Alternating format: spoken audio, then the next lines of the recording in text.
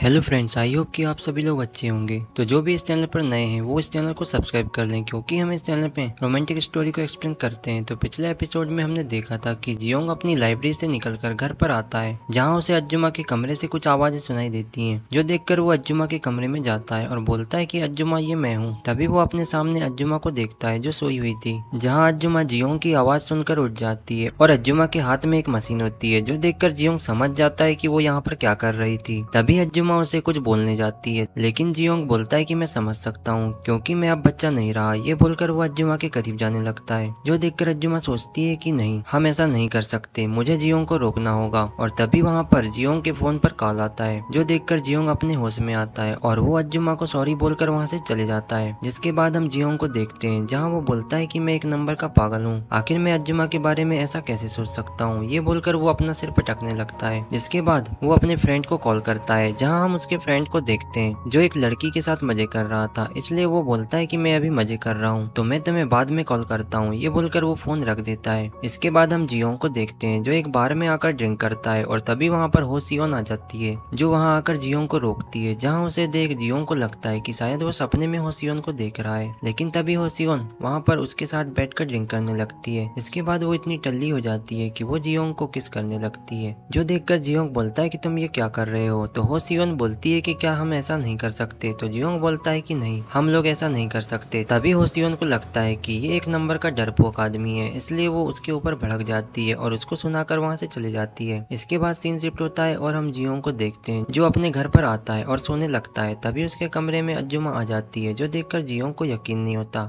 जहाँ अज्जुमा बोलती है कि क्या तुम सो गए। तो जियोंग बोलता है कि नहीं अज्जुमा, मैं नहीं सोया। जिसके बाद अज्जुमा उसके पास आकर बैठ जाती है, जहाँ वो जियोंग से बोलती है कि आज तुमने जो भी देखा, दरअसल वो एक गलत फहमी थी। जहाँ वो बताती है कि मेरे पैरों और कंधों में काफी पेन हो रहा था, इसलिए मैं मसाज कर रही थी। जो सुनकर जियोंग बोलता है कि हाँ अज्जुमा, मुझे ये बात पहले से पता है। लेकिन जियोंग तो ये बात अच्छे से जानता था कि अज्जुमा यहाँ पर बहाना बना रही है। जिसके बाद वो उस मसाजर को पकड़कर अज्जुमा की मसाज करने लगता है, जहाँ वो अज्जुमा के काफी करीब आ जाता है, जो देखकर अज्जुमा हैरान रह जाती है। जहाँ वो उसको रोकने की कोशिश करती है, लेकिन वो रोक नहीं पाती। वहीं दूसरी तरफ हम हो सियोन को देखते हैं, जो अपने घर पर आती है और अपने फेस को देखने लगती है। वहीं दूसरी तरफ हम जियोंग को देखते हैं, जो अज्जुमा की हालत खराब कर देता है और वो अज्जुमा को अपना सामान लेने को बोलता है, जो देखकर अज्जुमा से मना कर देती है। तो ये सुनकर जियोंग बोलता है कि नहीं, आपको ये करना ही होगा। ये बोलकर वो अज्जुमा की मसाज करने लगता है और तभी वहाँ पर येबिन की आवाज आती है, जो सुनकर वे दोनों लोग डर जाते हैं। जहाँ हम येबिन को देखते हैं, जो अपनी मॉम को ढूंढते हुए उसके कमरे में आ जाती है, लेकिन उसे उसकी मॉम नहीं दिखती, जो देखकर वो अपने कमरे में जाती है और तभी वो अपने सामने अपनी मॉम और जियोंग को देखती है, जहाँ पर अज्जुमा और जियोंग वे दोनों अपने कपड़ों को ठीक कर रहे थे। तभी अज्जुमा बोलती है कि तुम अचानक यहाँ कैसे आए। तो येबिन बोलती है कि आप दोनों एक साथ यहाँ पर क्या कर रहे थे। जो बात सुनकर जियोंग बोलता है कि मैं यहाँ पर अज्जुमा की मसाज कर रहा था। ये सुनकर येबिन उसे अपनी डाउट भरी निगाहों से देखने लगती है, जो देखकर जियोंग को लगता है कि शायद वो पकड़ा गया। लेकिन तभी येबिन उसकी तारीफ करने लगती है और बोलती है कि ओप्पा, तुम काफी समझदार हो गए हो। इसके बाद येबिन उसकी मॉम के गले लग जाती है और बोलती है कि मैं तो बस यहाँ पर अपनी मॉम से मिलने आई थी। जहाँ पर उसे देख अज्जुमा बोलती है कि येबिन, क्या तुमने पी रखी है। तो येबिन बोलती है कि मॉम, चलिए हम दोनों चलकर सोते हैं। ये बोलकर वो अपनी मॉम के साथ सोने चले जाती है। जिसके बाद जियोंग देखता है कि बेड पर उसने अपने एविडेंस छोड़ दिए हैं, जो देखकर वो उसे क्लीन करता है। इसके बाद सीन शिफ्ट होता है और हम हो सियोन को देखते हैं, जो अपनी फ्रेंड के पास आती है, जहाँ वे लोग फोटो शूट कर रहे थे। तभी वहाँ पर एक टकला आदमी बोलता है कि ये तो बुरा हुआ। जहाँ हो सियोन अपनी फ्रेंड से पूछती है कि आखिर हुआ क्या।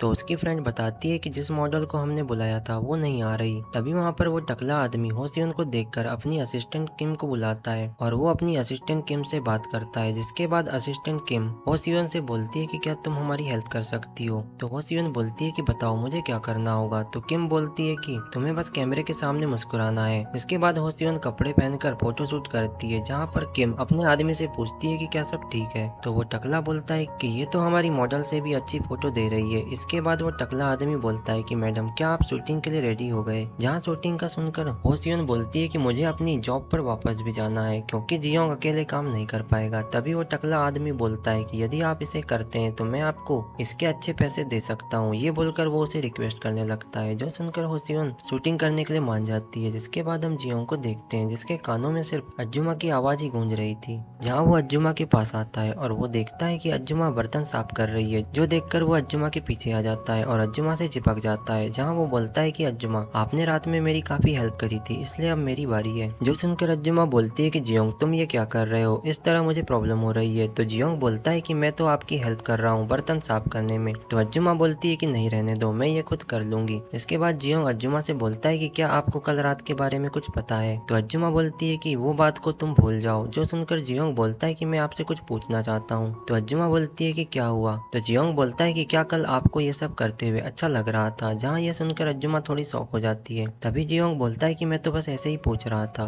जो सुनकर अर्जुमा बोलती है कि जियोंग कल जो हमारे बीच हुआ उसे तुम एक सपना समझकर भूल जाओ, क्योंकि मुझे नहीं पता कि तुम्हारे दिमाग में क्या चल रहा है, लेकिन मैं ये चाहती हूँ कि तुम ये जान लो कि मैं तुम्हारी बहुत ही परवाह करती हूँ और मैं चाहती हूँ कि हम दोनों जैसे अभी रह रहे हैं वैसे ही रहें। मैं नहीं चाहती कि हम दोनों के बीच कुछ अजीब हो। जो सुनकर जियोंग बोलता है कि अर्जुमा मैं समझ गया, आप क्या बोलना चाहती हो। जिसके बाद वो पूछता है कि क्या आपको कल कुछ भी फील नहीं हुआ। तो अर्जुमा उसे साफ मना कर देती है और अपना काम करने लगती है। ये देखकर जियोंग अर्जुमा के पास आता है और बोलता है कि आप झूठ बोल रहे हो, क्योंकि मैंने कल आपको देखा था और यदि आपको ये करने में अच्छा लगता है तो मैं आपके लिए ऐसा कर सकता हूँ। जहाँ वो अर्जुमा से बोलता है कि मैं आज रात आपके कमरे में आऊंगा और यदि आपको ये पसंद नहीं है तो हम ये दोबारा नहीं करेंगे। जो बात सुनकर अर्जुमा उसे कुछ नहीं बोलती और वो थोड़ी शर्मिंदा हो जाती है। जिसके बाद हम रात का सीन देखते हैं जहाँ पर जियोंग मोबाइल चला रहा था। तभी वो देखता है कि रात के 10 बज गए हैं। ये देखकर वो अर्जुमा के कमरे में जाने लगता है। जहाँ वो अर्जुमा के कमरे का डोर ओपन करता है तो उसे उसके सामने अर्जुमा दिखती है, जो जियोंग को देख बोलती है कि तुम अंदर आ जाओ। जहाँ ये बात सुनकर जियोंग अर्जुमा के गले लग जाता है और बोलता है कि क्या मैं इसे आपकी हाँ समझूं। तो अर्जुमा बोलती है कि नहीं रुको, मुझे ये सब करने से पहले तुमसे कुछ बात करनी है। ये बोलकर वो उसे बैठाकर बात करने लगती है।